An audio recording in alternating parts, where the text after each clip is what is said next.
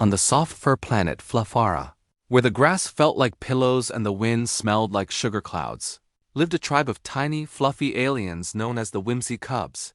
They had glowing tails, round eyes, and the bravery of lions, especially when food was involved.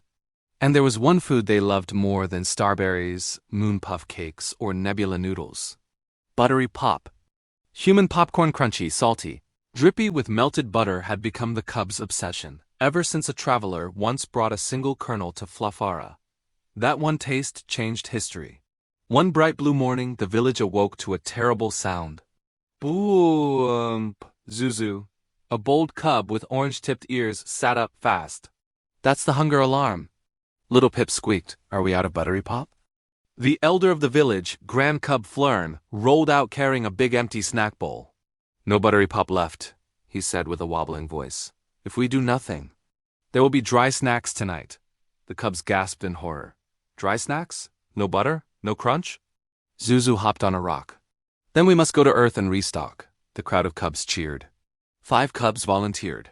Zuzu the leader, Pip, tiny but fast; Jax, loud and fearless; Mimi, inventor genius; Gobbo, eater supreme. Flern pointed to a round, yellow ship shaped like a giant popcorn kernel. "The Snack Seeker 2000. Bring back enough popcorn for the whole nebula." Mimi slapped the engine panel. WHRR bloop. The ship shot into space, trailing buttery sparkles. Earth appeared below, green, blue, beautiful, and full of snacks. The radar pinged like crazy. "Maximum popcorn detected," Mimi announced. "Location, human theater." The ship landed behind the building. The cubs melted a small hole in the wall and crawled inside. The smell hit them instantly. Warm, salty, buttery. Gobbo fainted from happiness.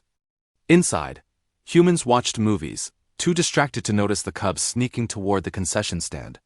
Zuzu spotted the golden machine blowing popcorn everywhere. "We've hit the mother lode." The cubs dove into the bin, rolling in kernels. Pip giggled, burying himself completely.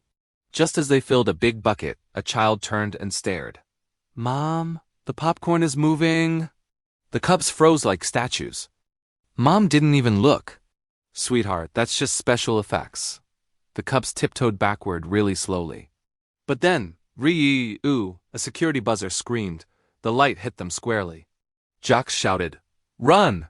Guards rushed forward. Mimi yanked out her newest gadget, the butterburst cannon. She fired. Splash! A wave of melted butter flooded the floor. Humans slipped and slid like penguins on ice. Gobbo yelled, "Sorry, not sorry," and stuffed his cheeks with popcorn on the way out. The cubs raced to the parking lot and blasted into space, buckets safely strapped down. Halfway home, a space windstorm slammed into their ship. The Snack Seeker sputtered. Lights flashed red. "We're losing power!" Pip cried. Mimi whispered, "Good thing I prepared emergency fuel." Jax blinked. "Wait, emergency fuel?" Mimi popped open a hatch. Inside were butter sticks. She tossed them into the core. Foosh! The engines roared back to life with buttery flames, leaving a delicious aroma across the cosmos. Fluffara glowed like Christmas when the cubs returned. Elder Flern tasted a kernel and burst into tears. "It's perfect." The cubs poured the popcorn into the pop cauldron, a magical cooker that multiplied whatever snacks touched its rim. Whoosh! Popcorn exploded into mountains of buttery delight. Cubs rolled in kernels, tails glowing every color of the rainbow. Gobbo sighed happily. "Next time, let's steal nachos too." Zuzu grinned. Humans make the best snacks in the universe. Because of Earth, the smallest aliens in the galaxy brought joy and feasting to a whole planet.